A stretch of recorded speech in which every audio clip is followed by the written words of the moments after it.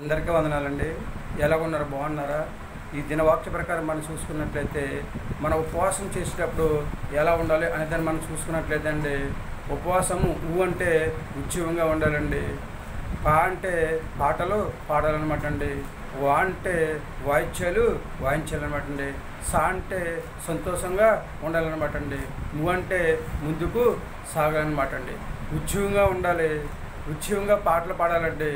అలాగే మనకున్న చేతులతో దేవుణ్ణి మహిమపరచాలని చప్పట్ల ద్వారా, అదేవిధంగా సంతోషంగా ముందుకు సాగి వెళ్ళే వరకు మనము ఉండాలని చెప్పేసి దేవుడు చెప్తున్నాడు అనమాట అండి. అలాగే ఉపవాసం ఎలా చేయాలి అనే దాన్ని మనం చూసుకున్నట్లయితే మత్తయి సువార్త 6వ అధ్యాయంలో దేవుడు చెప్తున్నాడు అనమాట అండి.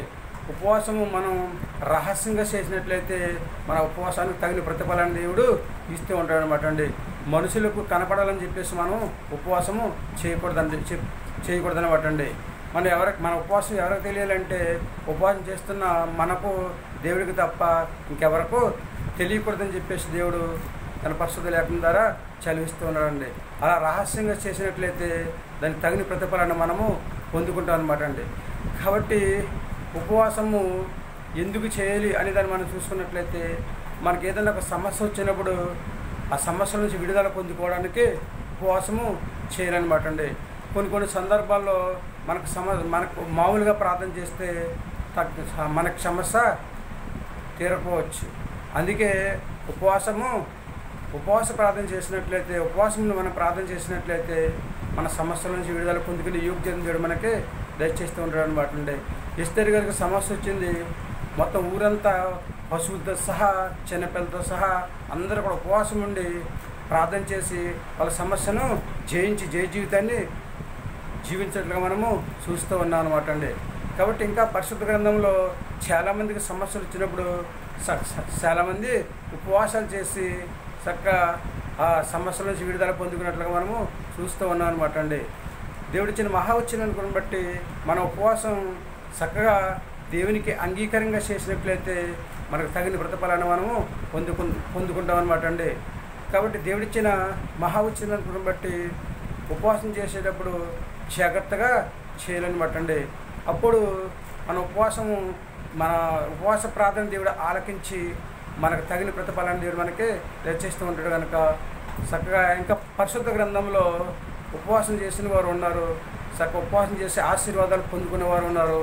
ఉపవాస రథదినాలు ఏర్పాటు చేసుకోమని చెప్పేసి దేవుడు చెప్తున్నాడండి.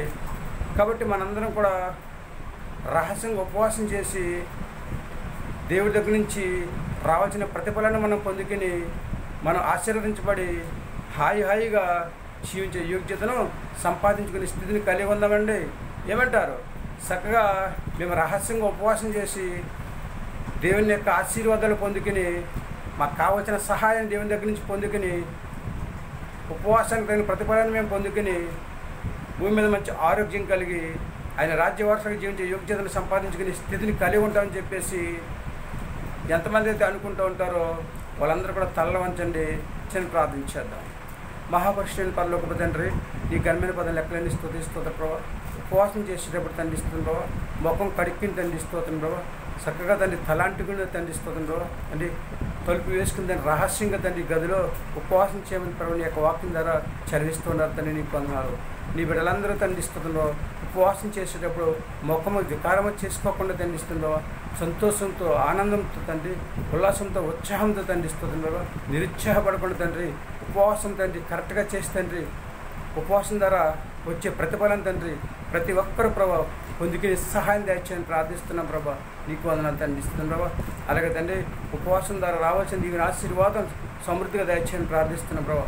ఉపవాసం తండ్రి ఎంతమంది అయితే పిల్లలు చేయాలని ఆలోచన కలిగి ఉన్నారో, లేదా ఉపవాసం ఎంతమంది అయితే పిల్లలు చేస్తూ ఉన్నారో తండ్రి, కొన్ని సందర్భాలు తండ్రిస్తున్నారో ఉపవాసం చేసి తండ్రి వాళ్ళు అనుకున్న ప్రతిఫలం రాకపోయినప్పటికీ తండ్రి నిరుత్సాహపడకుండా తండ్రిస్తుండ్రో మరొకసారి ఉపవాసం చేసి తండ్రి వారికి తగిన ప్రతిఫలం పొందుకునే యోగ్యత ప్రభావ ప్రతి బిడ్డకిని దయచేయమని, చిన్నలను, పెద్దలను, యవనస్తులను, వృద్ధులను తండ్రి అందరిని కూడా దీవించి ఆశీర్వదించి తండ్రి ఎవరికి కావాల్సిన సహాయం వారికి దయచేయమని, అందరికీ మంచి ఆరోగ్యం దయచేయమని తండ్రి నీ కృప, నీ కాపుదల, నడుపుదల, నిన్ను దీవెన ఆశీర్వాదాలు ప్రతి ఒక్కరికి దయచేయమని మా ప్రార్థన ఆలకించండి. మా ప్రార్థన ప్రతిఫలం దయచేయని మా కొరకు త్వరగా రండి. యేసుక్రీస్తు శ్రేష్టమైన నామములో అడిగి వేడుకొంచున్నాము తండ్రి. ఆమేన్. అందరికీ వందనాలండి. దేవుని ఆశీర్వాదంలో మీకు తోడుగా ఉండును గాక. దేవుడు మిమ్మల్ని దీవించి ఆశీర్వదించును గాక. ఆమేన్.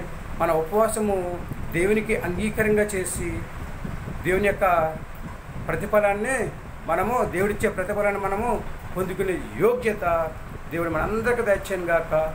ఆమేన్. ఉపవాసం చేసేటప్పుడు దేవునికి అంగీకారంగా చేద్దామండి. ఏమంటారు?